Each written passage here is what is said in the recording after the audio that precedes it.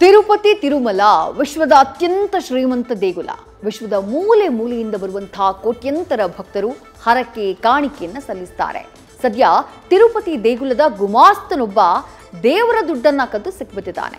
ಕಳೆದ 20 ವರ್ಷಗಳಿಂದ ಹುಂಡಿ ಹಣ ಕದಿತಾ ಇದ್ದಂತಹ ಕದೀಮ ನೂರಾರು ಕೋಟಿ ಆಸ್ತಿ ಸಂಪಾದಿಸಿರುವುದು ಬೆಳಕಿಗೆ ಬಂದಿದೆ.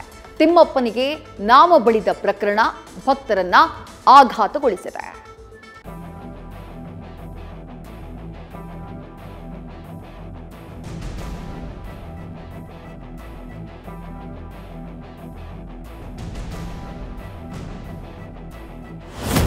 ತಿಮ್ಮಪ್ಪನ ಹುಂಡಿಗೆ ಕನ್ನ, ಕೋಟಿ ಕೋಟಿ ಲೂಟಿ.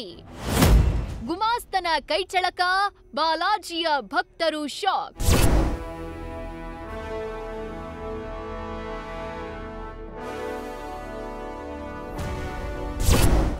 ಅರೆರೆ, ಕದೀಮನೊಬ್ಬ ತಿರುಪತಿ ತಿಮ್ಮಪ್ಪನಿಗೆ ಉಂಡೆನಾಮ ತಿಕ್ಕಿರುವ ಆಘಾತಕಾರಿ ಘಟನೆ ಬೆಳಕಿಗೆ ಬಂದಿದೆ. ಅದರಲ್ಲೂ ಈ ಕೆಲಸ ಮಾಡಿರುವುದು ಟಿಟಿಡಿಯ ಉನ್ನತ ಅಧಿಕಾರಿಗಳಲ್ಲ, ಬದಲಾಗಿ ಸಾಮಾನ್ಯ ಗುಮಾಸ್ತ.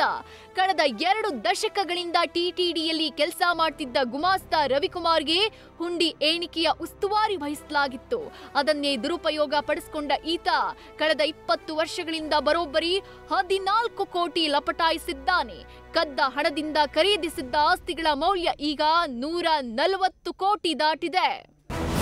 ತಿಮ್ಮಪ್ಪನ ಹುಂಡಿಗೆ ಪ್ರತಿನಿತ್ಯ 4 ಕೋಟಿಯಿಂದ ಹಿಡಿದು 16 ಕೋಟಿವರೆಗೂ ದೇಣಿಗೆ ಬರ್ತಾ ಇದ್ದು, ಕಾಣಿಕೆಯ ಹಣದ ಜೊತೆ ವಿದೇಶಿ ಕರೆನ್ಸಿ, ಚಿನ್ನಾಭರಣಗಳನ್ನು ಕೂಡ ದೇಣಿಗೆಯಾಗಿ ಭಕ್ತರು ಸಲ್ಲಿಸುತ್ತಾರೆ.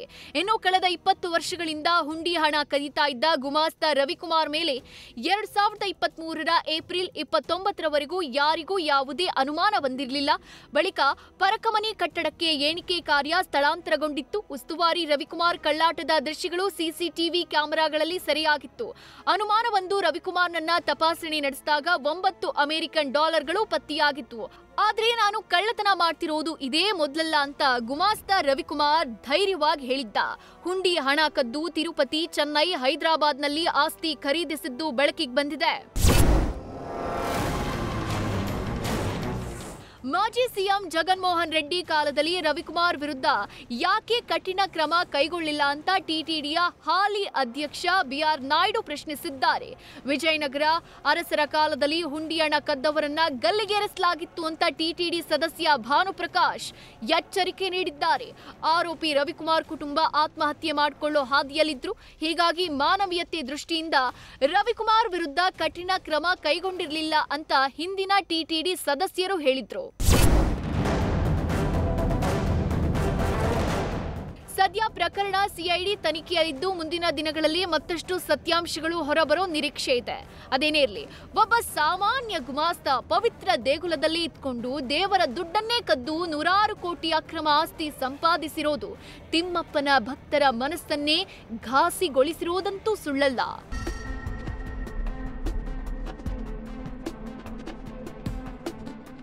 News first bureau. News first ನಿರ್ಭೀತಿಯಿಂದ ನಿಮ್ಮ ಪರವಾಗಿ.